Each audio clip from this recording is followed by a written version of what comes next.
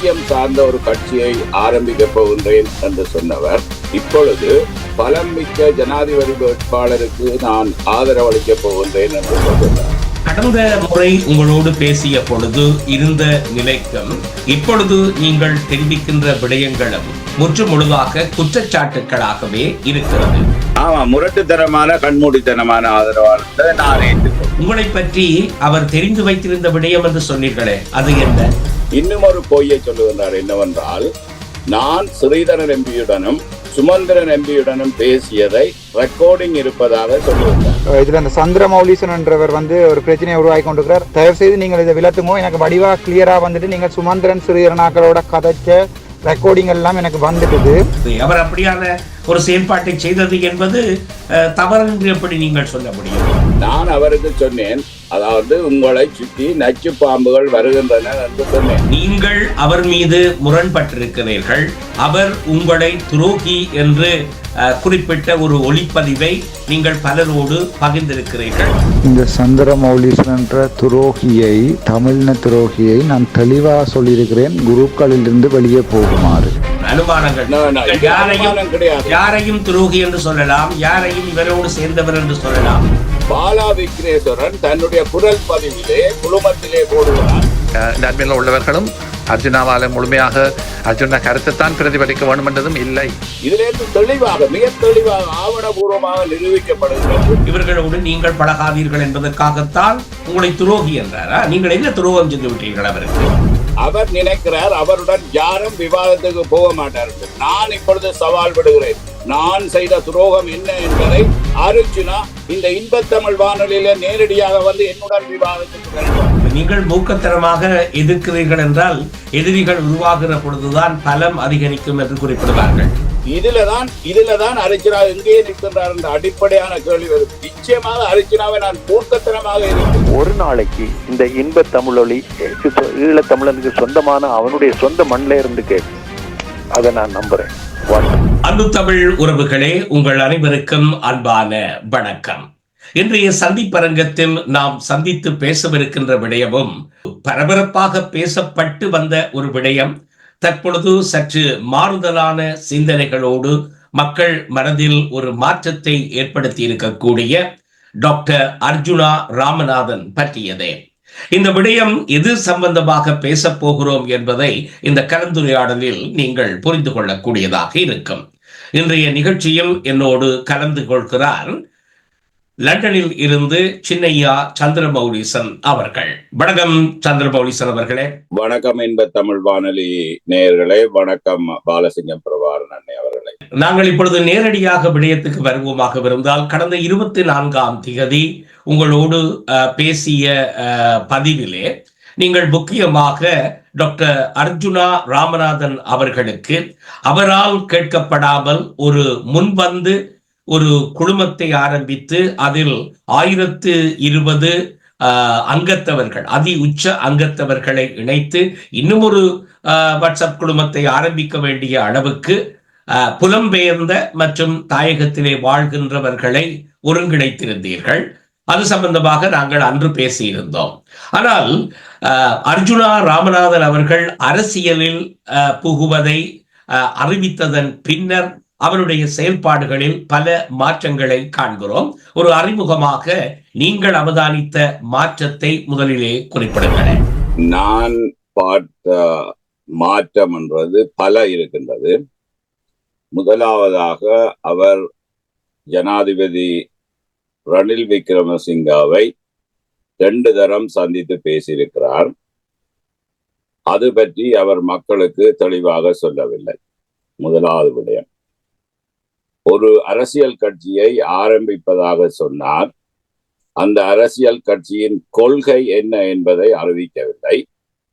அதை அறிவிக்காமல் சர்வதேச ரீதியாக நிதி சேகரிக்கின்றார். நிதி சம்பந்தமான கொடுக்கல் வாங்கல்களை பகிரங்கமாக வெளியிடுவேன், எந்த எம்பியாவது பகிரங்கமாக வெளியிடுவாரா என்று சவால் விட்டார். ஆனால் இப்பொழுது அவர் அந்த தன்னுடைய வங்கி இலக்கங்களை, அந்த கணக்கு வழக்குகளை வெளியிட மறுக்கின்றார். தேசியம் சார்ந்த ஒரு கட்சியை ஆரம்பிக்க போகின்றேன் என்று சொன்னவர் இப்பொழுது பலம் மிக்க ஜனாதிபதி வேட்பாளருக்கு நான் ஆதரவு அளிக்கப் போகின்றேன் என்று சொல்கின்றார். இப்படி பல்வேறுபட்ட முரண்பட்ட நிலைகள், முன்னுக்கு பின் முரணான நிலைப்பாடுகளை அவர் எடுக்கின்றார். அவற்றை நான் பின்னர் பட்டியலிட்டு சொல்லி தனித்தனியாக நாங்கள் பேசுவோம். கடந்த முறை உங்களோடு பேசிய பொழுது இருந்த நிலைக்கும் இப்பொழுது நீங்கள் தெரிவிக்கின்ற விடயங்களும் முற்று முழுதாக குற்றச்சாட்டுக்களாகவே இருக்கிறது. கடந்த முறை என்னோடு பேசிய பொழுது நீங்கள் தெரிவித்த ஒரு விடயத்தை இப்பொழுது பகிர்ந்து கொண்டு அதிலிருந்து கேட்டால் நான் இப்படித்தான் சொல்வேன். டாக்டர் அர்ச்சுனா ராமநாதன் யாராலும் ப்ரெடிக்ட் பண்ணக்கூடிய ஒரு ஆள் இல்லை. அந்த வெஹிக்கிள் எங்க போகுதுன்னு ஒரு தரம் ஒரு நாளும் சொல்லிடாது. மிக நுணுக்கமாக அவதானித்தால் சொல்லலாம். உதாரணமாக கொழும்பில இருந்து வெளியேறி யாழ்ப்பாணம் நோக்கி புறப்படும் பொழுது அர்ச்சுனனுக்கு கிருஷ்ணர் கீதாபதோஷம் செய்து அந்த போர் முனை காட்சியை போட்டார் என்றால் கன பேருக்கு அது விளங்க இல்லை. அப்படி அவர் சொல்ற விஷயங்களை சில தத்துவ ரீதியான படங்களை போட்டு கொண்டிருக்கிறார். மிக நல்லா இருக்குது. அதுகளை புதுசா முழுசா விளங்குறதுக்கு நீண்ட நாள் எடுக்கும் ஆட்களுக்கு. சரி, இல்லை அப்ப நீங்கள் ஒரு கண்மூடித்தனமான அவர் எதை செய்தாலும் சரியாக செய்வார் என்று ஆதரவு வழங்குகின்ற கண்மூடித்தனமான ஆதரவாளர் என்று சொல்லலாமா? ஆமா, முரட்டுத்தனமான கண்மூடித்தனமான ஆதரவாளர் நான் ஏற்றுக்கொள்கிறேன். இவ்வாறு கூறிய சந்திரமௌலீசன் இன்று சில யூடியூப் தளங்களின் ஊடாக அர்ச்சுனா ராமநாதன் அவர்களை திட்டி தீர்க்கின்ற வகையிலே பதிவுகளை வெளியிட்டிருக்கிறீர்கள். அதற்கான காரணம் என்ன? அதாவது அர்ச்சுனா ராமநாதனுக்கு நான் அவருடன் வேலை செய்ய ஆரம்பித்த காலத்திலேயே நான் யார் என்பது தெரியும். உங்களை பற்றி அவர் தெரிந்து வைத்திருந்த விடயம் என்று சொன்னீர்களே, அது என்ன? அது ஃபேன்ஸ் 1.0விலேயே சேரமான் என்பவரால் வெளியிடப்பட்டது. அதற்கு அர்ச்சுனா ஒரு எமோஜி போட்டவர், அது ஹார்ட் சைன் ஒன்று போட்டவர். தான் அதை லவ் பண்றேன் என்று தான் அவர் சொன்னவர். இப்பொழுது தனக்கு எதுவும் தெரியாது என்று அப்பட்டமான பொய்யை சொல்லுகின்றார். இன்னும் ஒரு பொய்யை சொல்லுகின்றார். என்னவென்றால், இந்த குரூப் ஒவ்வொரு குரூப்புக்கும் எனக்கு மெசேஜ் போட்டிருக்க வேண்டிய தேவை ஒன்று வந்திருக்கேன்னு சொன்னால், இதுல அந்த சந்திரமௌலீசன் என்றவர் ஒரு பிரச்சனையை உருவாக்கி கொண்டிருக்கிறார். அது குரூப் அட்மின் சொல்லி நான் சில பேரை போட்டு கொண்டிருக்கிறால இவர் பிரச்சனைப்படுத்தி அவையோட எல்லாம் பிரச்சனைப்பட்டு பர்சனலாக அவைக்கெல்லாம் மெசேஜ் பண்ணி டெக்ஸ்ட் பண்ணி ஸ்க்ரீன்ஷாட் எல்லாத்தையும் யூடியூபுக்கு கொடுத்து பிரச்சனைப்பட்டு கொண்டிருக்கிறார். ஐயா, உங்களோட வயசுக்கு உரிய செய்ய வேண்டிய வேலை இல்லை இது. தயவு செய்து நீங்கள் இதை விளத்துங்கோ. எனக்கு வடிவா கிளியரா நீங்கள் சுமந்திரன் சிறியனாக்களோட கதைச்ச ரெக்கார்டிங் எல்லாம் எனக்கு வந்துட்டுது.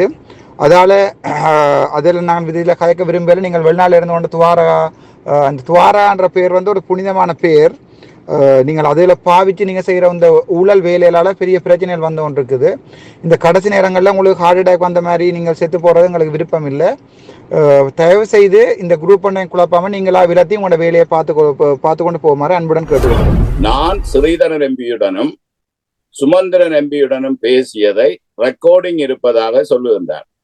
அப்ப என்ன பொறுத்தவரையில 2 விடயங்களில் அப்பட்டமான பொய்யை இவர் சொல்லுகின்றார். நான் ஸ்ரீதரனோடு ஒருபொழுதும் பேசவும் இல்லை, சுமந்திரனோடு ஒருபொழுதும் என்று வாழ்நாளில் பேசவில்லை.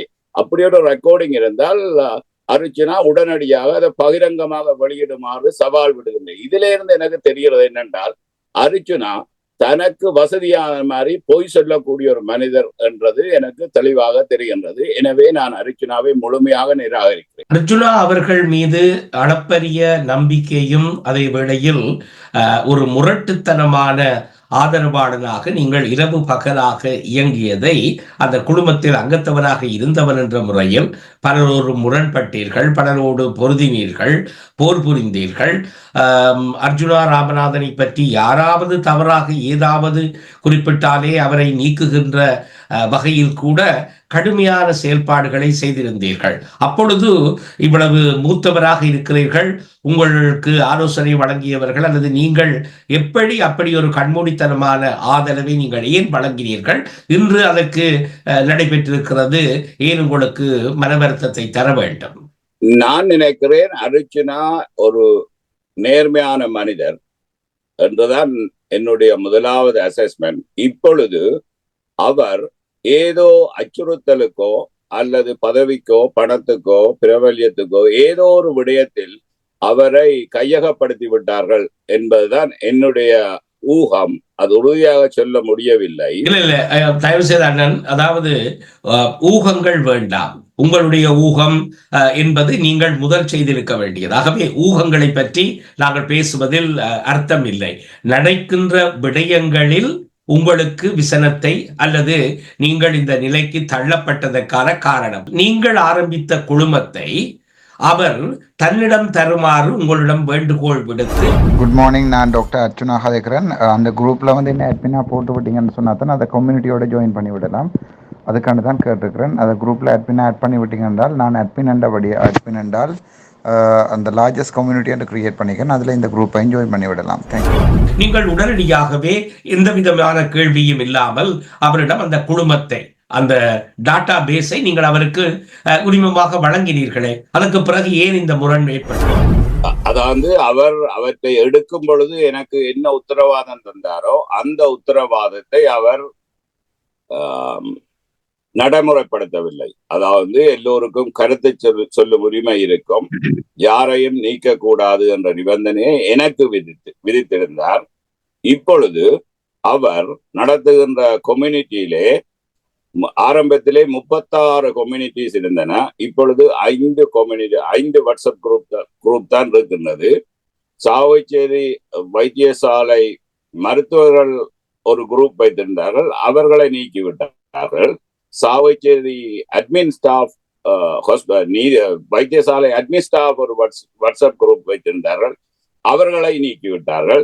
இவ்வாறு கிட்டத்தட்ட 30 வாட்ஸ்அப் குரூப்பை இப்பொழுது நீக்கி யாரும் கருத்து சொல்ல முடியாமல் ஒரு சர்வாதிகாரத்தனம் ஆரம்பிக்கப்பட்டிருக்கின்றது. இன்னும் ஒரு விடயம், இந்த சர்வாதிகாரத்தனம் ஒரு திட்டமிட்ட செயல் என்றுதான் நான் நினைக்கிறேன். அதாவது நீங்கள் குறிப்பிட்டது போல் இந்த குழுமங்களை அவர் நீக்கிவிட்டார்.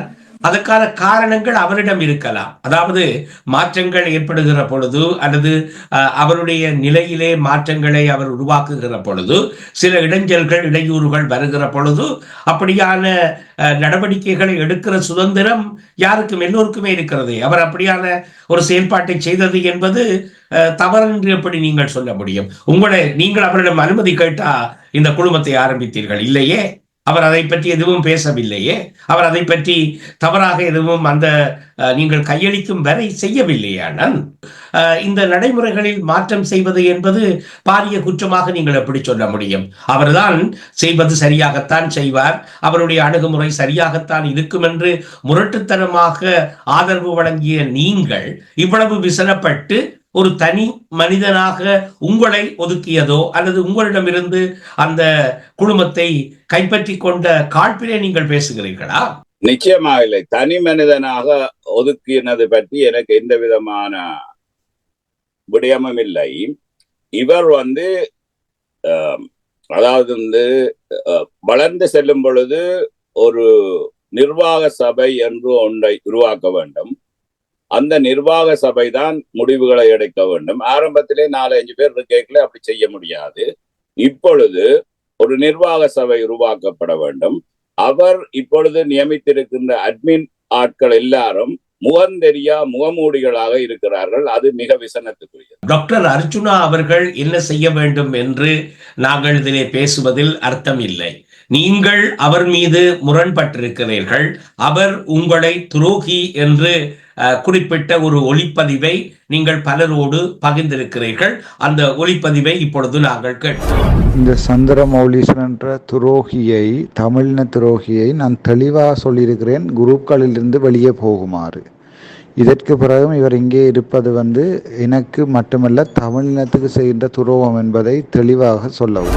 சரி, இந்த ஒளிப்பதிவில் அவர் உங்கள் மீது இவ்வளவு விசலப்பட்டு கோபப்பட நீங்கள் சும்மா இருந்திருக்க மாட்டீர்கள். நீங்களும் பலவிதமான சீண்டல்களை செய்திருப்பீர்கள் என்று உங்களை தெரிந்தவர்கள் தெரிந்து கொள்வார்கள். ஆகவே இந்த அளவு அவர் உங்கள் மீது கோபம் கொள்ள வைத்த விடயம் என்ன? நான் எந்த விதமான சீண்டல்களையும் செய்யவில்லை. ஒரு உண்மையான விடயத்தை அவருக்கும் அனுப்பி, அவரது நண்பரான புதிய நண்பரோ பழைய நண்பரோ தெரியல, ஆஸ்திரேலியாவை சேர்ந்த பாலா விக்னேஸ்வரனுக்கும் அனுப்பினேன். நான் அவருக்கு சொன்னேன், அதாவது உங்களை சுற்றி நச்சு பாம்புகள் வருகின்றன என்று சொன்னேன். அது சரியான விடயம் என்று இப்பொழுதும் சொல்கிறேன். உங்களுடைய அனுமானங்களில் பேசுவதில் அர்த்தம் இல்லை அண்ணன். அனுமானங்கள் இது அனுமானம் கிடையாது. யாரையும் துரோகி என்று சொல்லலாம், யாரையும் இவரோடு சேர்ந்தவர் என்று சொல்லலாம். இப்ப நாங்கள் நிகழ்ச்சி வானொலி செய்கிறேன், வானொலி நான் செய்திருக்கிற பொழுது துவாரகாவினுடைய விடயம் மக்கள் பரப்புக்கு வருகிறது. அதை முன்னெடுத்து நான் நடத்தி கொண்டிருக்கிறேன். எனக்கு பெயர் வைத்திருக்கிறார்கள் துவாரகாவை ப்ரமோட் பண்ணினேன் என்று. அது நேயர்களை பொறுத்தது. அதே போலதான் அர்ஜுனா அவர்களுடைய வரவை பற்றிய செய்திகளை பகிர்ந்து கொண்டு அவரோடு செவிகளை காண்கிற பொழுது எனக்கும் ஒருவர் அனுப்பியிருந்தார், நீங்கள் தான் அவரை தூக்கி பிடிக்கிறீர்கள், நீங்கள் தான் அவரை இது பண்றீர்கள், நீங்கள் அவரை வச்சு காசுழைக்க பார்க்கிறீர்கள் என்று என் மீது குற்றம் சாட்டினார்கள். ஆகவே என்னை பொறுத்தவரையில் நீங்கள் செய்த விடயம் எப்படி அர்ஜுனா அவர்களை, உங்கள் மீது மதிப்பு வைத்திருந்த அர்ஜுனா அவர்கள் உங்களை துரோகி என்று சொல்லுகிற அளவுக்கு செல்ல வைத்தது என்றுதான் கேட்கிறேன். பாலா விக்னேஸ்வரன் இவரை மனிப்புலேட் பண்றார் என்று நான் எழுதினதுதான் காரணம். பாலா விக்னேஸ்வரன் ரணில் விக்ரமசிங்காவை சந்திக்கிறதுக்கு முதல் 4 மணித்தியாலங்கள் நேரலையிலும், அதன் பின் நான் அறிந்தவரை 1.5-2 மணித்தியாலம் 1-to-1 சந்தித்திருக்கிறார். அதன் பின் ரணில் விக்ரமசிங்காவை சந்தித்து வந்த அர்ஜுனா என்ன பேசினேன் என்பதை உங்களுக்கும் தெரியும். நீங்கள் அவர்கிட்ட கேட்ட நீங்கள் ரணிலோட என்ன பேசினாய், அர்ஜுனா சொன்னது அதை நான் வெளியிட மாட்டேன் என்று. பாலா விக்னேஸ்வரன் தன்னுடைய குரல் பதிவிலே குழுமத்திலே போடுகிறார். இந்த அட்மின்ல உள்ளவர்களும் அர்ஜுனாவால முழுமையாக அர்ஜுன கருத்தைத்தான் பிரதிபலிக்க வேண்டும் என்றதும் இல்லை. இதிலிருந்து தெளிவாக, மிக தெளிவாக ஆவணபூர்வமாக நிரூபிக்கப்படுகின்றது. அவரது நிர்வாகி தமிழ் மக்களுடைய தேசிய பிரச்சனையில எங்களுடைய தமிழ் மக்களுடைய உரிமை பிரச்சனையில இணங்காத ஒருவரை, பாலா விக்னேஸ்வரனை, அவரை நான் நச்சு பாம்பு என்று எழுதினேன். திரும்பவும் சொல்கிறேன், அவர் ஒரு நச்சு பாம்பு என்று.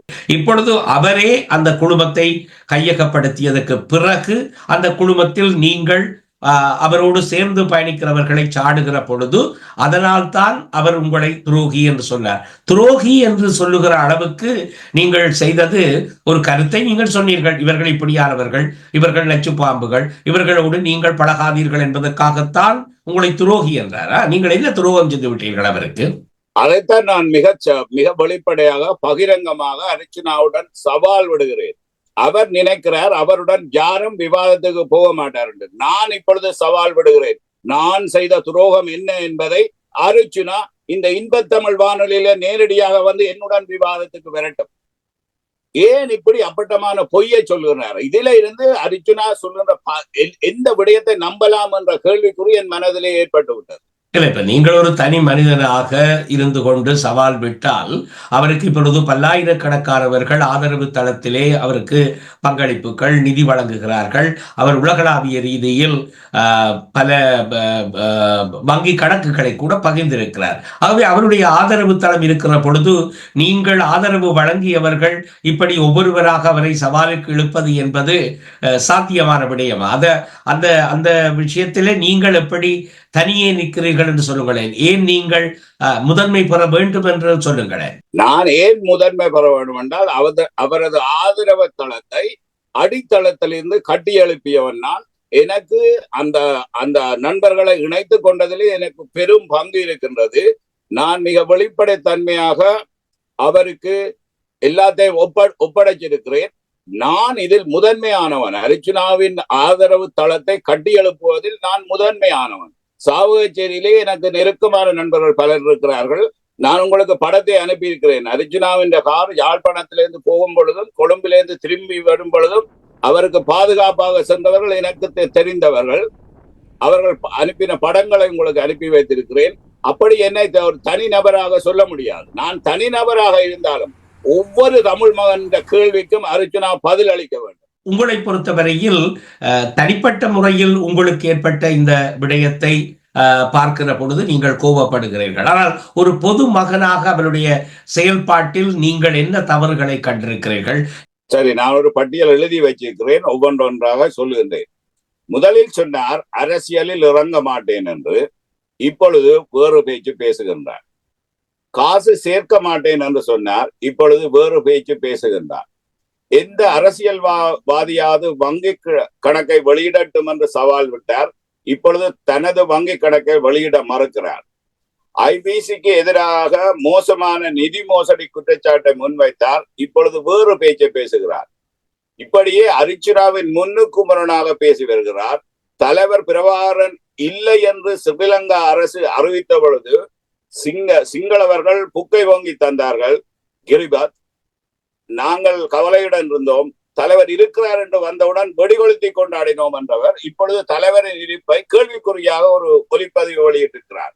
இப்படி அடிக்கடி மாறும் இவருடைய நிலை என்னத்தை காட்டுகின்றது என்றால், அவர் சுயமாக ஒன்றை சொல்கின்றார், அழுத்தங்கள் வந்தவன் வேறு ஒன்றை சொல்கின்றார் என்பதுதான் ஊகிக்கக்கூடிய ஒரே ஒரு விடயம். பல விடயங்களை அவர் செய்து கொண்டிருக்கிற பொழுது நீங்கள் தான் கண்மூடித்தனமான ஆதரவை வழங்கினீர்களே. இப்பொழுது உங்களை அவர் திட்டிவிட்டார் என்பதற்காக அவரிடம் ஆரம்பத்திலிருந்து நீங்கள் குற்றம் சொல்வது எந்த விதத்தில் நியாயம் அண்ணா?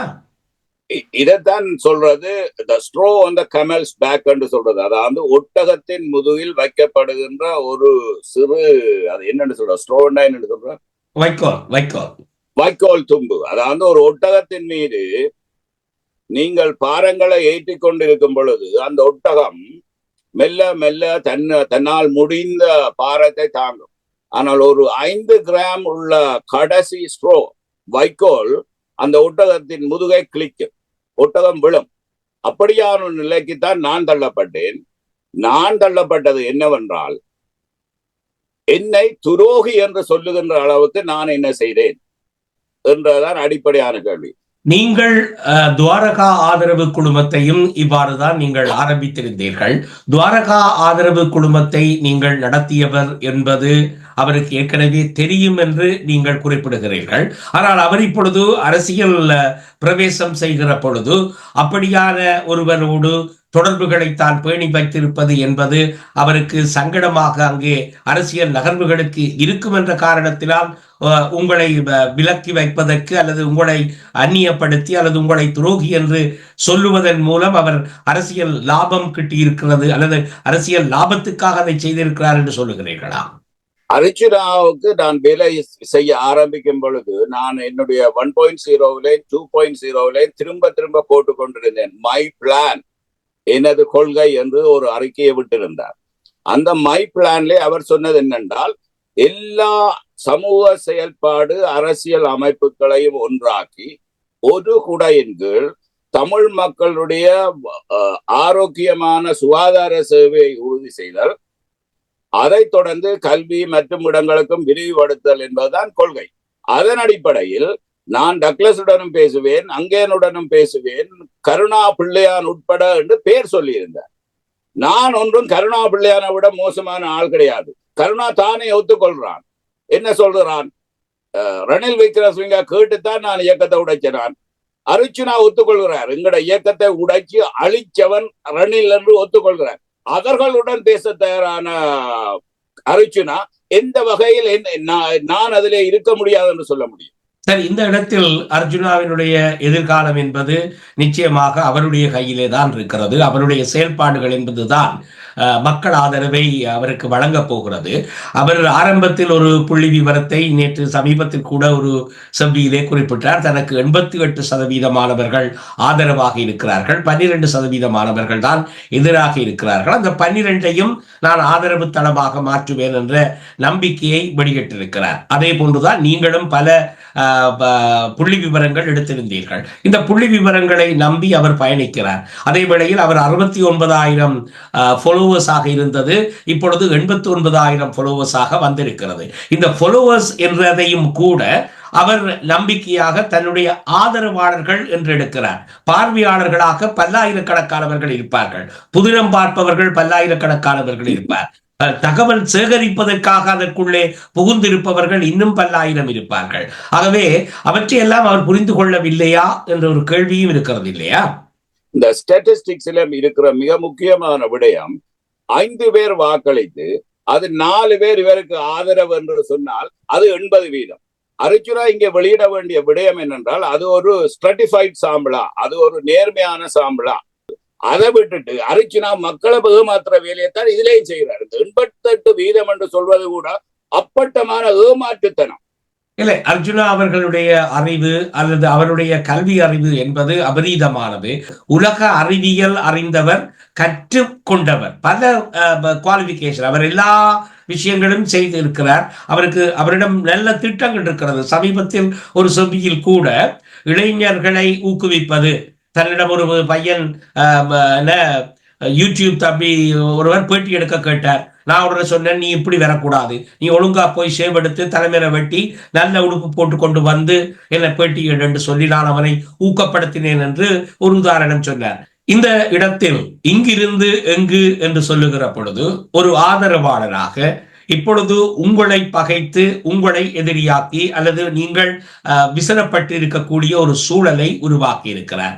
உங்களைப் போல பலர் இன்னமும் பேச முடியாமல் மெல்ல முடியாமல் இருக்கிறார்கள். ஆனால் இந்த நிலைப்பாட்டு அல்லது இந்த மாற்றம் என்பது அவர் செய்த செயல்பாடுகளை, அதாவது தவறு செய்பவர்களை, அவர் வெளிப்படுத்திய ஊழல் செய்பவர்களை, ஊழல்வாதிகளை இப்பொழுது சந்தோஷப்படுத்தும். நல்லா வாங்கி கட்டுற அவரை நாங்கள் இல்லாமல் பண்ணிவிடுவோம். ஏனென்றால் அவரை போல, நீங்கள் சொன்னதை போல, பகவத்கீதையிலே வந்தது போல் போருக்கு புறப்படுகின்ற ஒரு இளைஞனை நிச்சயமாக நாங்கள் வாழ்நாளில் காண்டிருக்க முடியாது. அப்படியான ஒருவனை அவருடைய ஆதரவாளர்களே இன்றைக்கு அடிக்கிற ஒரு நிலைக்கு வந்துவிட்டார்கள் என்பது யாருக்கு சார்பாக இருக்கிறது? ஊழல் செய்பவர்களுக்கு, அநியாயம் செய்பவர்களுக்கு. எனக்கு உங்களுடைய பதிவுகளை பலர் பகிர்ந்து கொண்டார்கள். நீங்கள் திட்டியது அவர் உங்களை துரோகி என்று சொன்னதை மிக நகைப்பாக, பார்த்தீங்களோ இவரை பற்றி தெரிஞ்சுதா, இப்ப இவரே அவரை போட்டு அடிக்கிறார் என்று பேசுகிற ஒரு நிலை உருவாகி இருக்கிறதே. இதை எப்படி இல்லாமல் செய்யலாம்? அல்லது இதுக்கு வேறு விதமான மாற்றுக்கள் இருக்கிறது என்று நினைக்கிறீர்களா? அது அர்ச்சுனாவை பொறுத்ததுதான். என்னை பொறுத்தளவில் அர்ச்சுனா ஒரு வார்த்தையை வெளியிடும் போது மிக அவதானமாக வெளியிடணும். நான் போன்ற முறையும் சொன்னேன், அவர் ஒரு மெடிக்கல்ல ஒரு குவாலிஃபைட், அதுல ஒரு என்னென்னு சொல்ற நிபுணத்துவம் பெற்றவர்,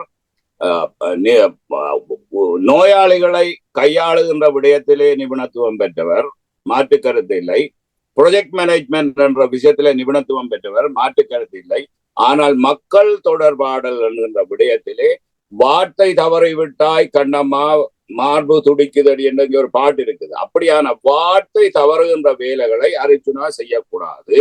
ஒரு வார்த்தையை சொல்லுவதாக இருந்தால் மிக அவதானமாக சொல்ல வேண்டும். இதுலதான் அர்ச்சுனா எங்கே நிற்கின்றார் என்ற அடிப்படையான கேள்வி வருது. நிச்சயமாக அர்ச்சுனாவை நான் மூர்க்கத்தனமாக எதிர்ப்பேன். சரி, இப்ப நீங்கள் மூர்க்கத்தனமாக எதிர்க்கிறீர்கள் என்றால் எதிரிகள் உருவாகிற பொழுதுதான் பலம் அதிகரிக்கும் என்று குறிப்பிடுவார்கள். எதிரிகள் உருவாவது என்பது ஒருவன் செயல்பாடு செய்கிறான் என்பதற்குத்தான் எதிரிகள் வரும். ஆனால் அவர் எதிரிகளை எதிர்த்து போராட களத்திற்கு வந்தவர், ஒரு மூத்தவர் என்ற முறையில் நீங்கள் இந்த விடயத்தில் அர்ஜுனா அவர்கள் என்ன செய்ய வேண்டும், என்ன செய்வதனால் உங்களை ஆதரவாளன் என்று சொல்வதை விட எதிர்க்கிறவராக இல்லாமல் சந்திரமௌலீசன் பயணிக்க வேண்டும் என்றால் இதில் டாக்டர் அர்ஜுனாவினுடைய பங்கு என்னவாக இருக்கும்? என்ன செய்தால் சந்திரமௌலீசன் அடங்குவார்? அந்த டாக்டர் அர்ஜுனா போன்ற இளைஞர்களை புது யுகத்தை தோற்றுவிக்கின்ற ஒருவர் வழிநடத்துவதில் சந்திரமௌலீசனுடைய ஆலோசனை, அபிப்பிராயம் என்னவாக இருக்கும்? தனக்கு ஆதரவு வந்துவிட்டது என்பதற்காக அந்த அந்த மமதையில், அந்த போதையில், அது ஒரு மோசமான போத வஸ்து, அதிகாரமும் பிரபல்யமும், அந்த அதிகாரமும் பிரபல்யம் என்ற போத வஸ்துல விழுந்து சர்வதேசமே தமிழ் மக்களுடைய உரிமையை கொடு என்று சொன்ன போது ஏற்றுக்கொள்ளாத இலங்கை அரசு சிங்கள பேரினவாத ஆட்சியாளர்களிடம் சமரசம் செய்வதோ அவர்களுக்கு ஆதரவு அளிக்கப் போகின்றேன் என்று நேற்று சொல்லி இருக்கிறார். அப்படியான நிலைப்பாட்டை அர்ச்சுனா எடுத்து விட்டார். அவரை சூழ்ந்து கொண்ட நச்சு பாம்புகள் அவருக்கு அந்த நஞ்சை ஏற்றி விட்டன. அர்ச்சுனா நிச்சயமாக அவர்களிருந்து வெளியே வர வேண்டும். இல்லை என்றால் அர்ச்சுனா எந்த தமிழ் மக்களால் ஆதரிக்கப்பட்டாரோ அந்த தமிழ் மக்களால் எதிர்க்கப்படுவார்கள். சாவச்சேரியில் இருக்கின்ற இளைஞர்கள், என்ன முந்தி தெரிஞ்ச இளைஞர்கள், அவருக்கு பின்னுக்கும் முன்னுக்கும் தெரிகிறார்கள். நேற்று கூட ஒருவர் எனக்கு தொலைபேசி அழைப்பு எடுத்து சொன்னார், அண்ணன் கொழும்புக்கு போறார், நாங்கள் போறோம் பின்னால சரியான இடத்துல கதைக்கிறோம் அதை பற்றி என்ன சொல்லி இருக்கிறாங்க. சாவச்சேரியிலே பயங்கரமான எதிர்ப்பு ஆரம்பமாகி இருக்கிறது. இவர் சிங்கள அதிகார வர்க்கத்துடன், இனப்படுகொலை அதிகார வர்க்கத்துடன் சமரசம் செய்ய போகிறேன் என்று சொன்ன அடுத்த நிமிடத்திலிருந்து தமிழ் மக்கள் குழம்பி போயிருக்கிறார்கள். நான் மட்டும் இல்லை. நீங்கள் சொல்லுகிற அந்த பொதுப்படையாக குழம்பி போயிருக்கிறார்கள், சலசலப்புகள் ஏற்படுகிறது என்பதை நானும் நிச்சயமாக உணர்ந்து கொண்டேன். ஆனால் இந்த அர்ஜுனா என்ற ஒரு தீப்பிழம்பாக சுவாலை விட்டதை இப்பொழுது ஒட்டுமொத்தமாக தமிழர்கள் அவருடைய சிறிய சிறிய செயல்பாடுகளினால் அல்லது இப்படி மக்களுக்குள்ளே புகுந்து கொண்டதனால் எல்லோரையும் திருப்திப்படுத்துவது என்பது இந்த உலகத்தில் மிக மிக கடினமான ஒரு விடயம். அப்படியான ஒரு விடயத்தை முன்னெடுத்திருக்கின்ற அவரை அந்த தீயை அணைப்பது என்பது தர்மமாக இருக்குமா என்ற ஒரு கேள்விக்கு என்ன பதில்? அதாவது அர்ஜுனா எடுத்துக்கொள்கின்ற அந்த பகவத்கீதையிலே கிருஷ்ண பரமாத்மா அர்ஜுனனுக்கு உபதேசித்ததைத்தான் நான் சொல்கின்றேன். அதர்மக்காரர்களை அழிப்பதும் தர்மமே. இப்பொழுது நடந்து கொண்டிருக்கிறது என்னென்றால், இந்த தமிழ் மக்கள் மத்தியிலே ஏராளமான நிதியை வைத்துக் கொண்டிருக்கின்ற சிலர் அல்லது இந்த தீவிர வலதுசாரிக்காரர்கள், இனத்துக்கு என்ன நடந்தாலும் பரவாயில்லை என்று சொல்லி சமரசம் செய்கின்ற சிலர் அர்ஜுனாவை சூழ்ந்து கொண்டு விட்டார்கள். அந்த நபர்களைத்தான் அர்ஜுனா இப்பொழுது அவர் சொல்றார், எனது நண்பர்களையும் உறவினர்களையும் நிர்வாகியாக போட்டிருக்கிறேன். அவர்கள் யார் என்பது வெளிப்படையாக இல்லை. உதாரணமாக நான் மிக தெளிவாக சொல்றேன், பிளீஸ் கட் பண்ணாதீங்கோ. கனடாவிலே பாரதி என்று ஒருவர் இருக்கிறார். அவர் ஒரு முக்கியமான எம்பியினுடைய நெருங்கிய உறவினர். அவரிடம் நான் கேட்டேன், நீ எந்த எம்பியின் உறவினர், உமது இன்றைய நிலைப்பாடு என்ன என்று. உமக்கே அது எனக்கு அவர் பதில் போடுறேன், நான் வேணும்னா ஸ்கிரீன்ஷாட் தாரேன். இல்ல, இப்ப அதாவது அந்த தகவல் அவர் கேட்டதுல என்ன தப்பு இருக்கிறது? உங்களுக்கே அது அவர் யாராகவும் இருக்கட்டுமே, நீங்கள் எதற்காக கேட்க வேண்டும்? உங்களுக்கு என்ன உரிமை இருக்கிறது? என்னுடைய அப்பாவையோ நீ ஆட்ட மகன் என்று நீங்கள் என்னிடம் கேட்பதற்கு உங்களுக்கு நான் பதில் சொல்ல வேண்டிய தேவை எனக்கு இல்லை தானே அண்ணன்? உங்களுடைய அப்பாவை பற்றி கேட்க எனக்கு உரிமை இல்லை. ஆனால் இந்த பாரதி என்பவர் அர்ஜுனாவினுடைய கம்யூனிட்டியினுடைய நிர்வாகிகளில் ஒருவராக இருக்கிறார். அவர் தமிழ் மக்களுடைய அரசியல் போக்கு சம்பந்தமான நிர்வாகத்தை செய்கிறார். அவர் விரும்புகிற ஆட்களை நீக்கிறார், விரும்புகிற ஆட்களை இணைக்கிறார். 30க்கும் மேற்பட்ட வாட்ஸ்அப் குரூப்கள் நீக்கப்பட்டிருக்கின்றன. அவ்வளவு அதிகாரம் உள்ள ஒரு மனிதன். அவன் யார், அவனது நிலைப்பாடு என்ன என்பது தெரிய வேண்டும். நீங்கள் இல்ல, அதாவது மக்களுக்கு தெரிய வேண்டும். எனக்கு தெரியவதில்லை, மக்களுக்கு தெரிய வேண்டும். இல்ல, மக்களுக்கு இப்ப எங்களுக்கு மக்களுக்கு தெரியுமா? இப்ப ஒரு எம்பியினுடைய செக்ரட்டரி யார், எம்பிக்கு ஸ்கிரிப்ட் எழுதி கொடுக்கறது யார், எம்பிக்கு எல்லாம் வேலை செய்யறத நீங்கள் அறிந்து கொள்ளலாம்.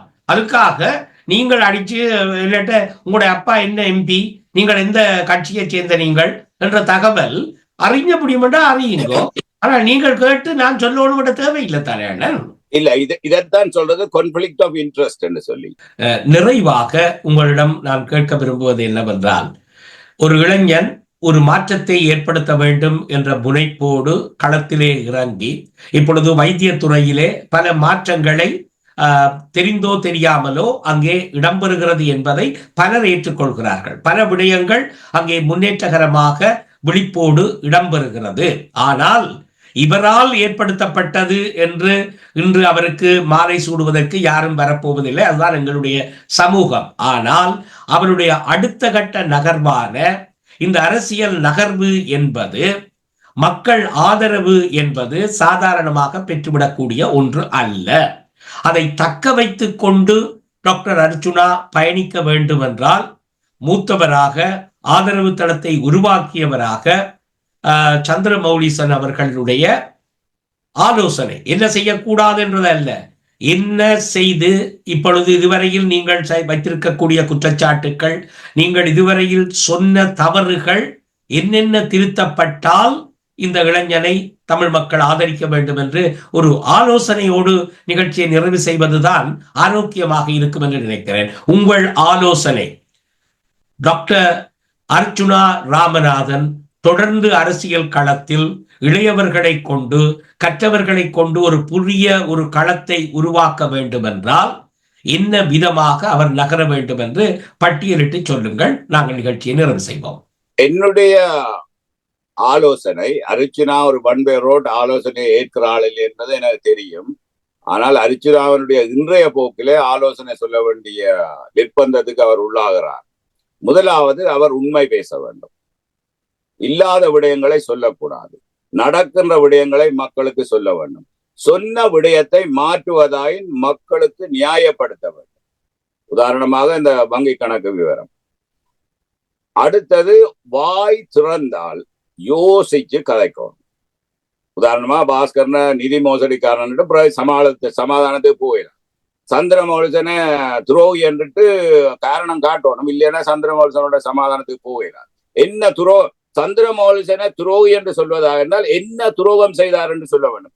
யாராவது ஒரு மனிதனை தாக்குவதாக இருந்தால் ஆதாரத்தை வெளியிட வேண்டும். அது எந்த மனிதனாக இருக்கு, அது பாஸ்கரனா இருக்கலாம், வைத்தியர், எந்தெந்த வைத்திய அதிகாரிகளா இருக்கலாம், எந்த அரசியல்வாதிகளா இருக்கலாம், எந்த அமைப்பாக இருக்கலாம். சும்மா அர்ச்சுனா சொல்றார் என்ற எழுத்தமானமா இனி நம்ப முடியாத சூழ்நிலை உருவாகிவிட்டது.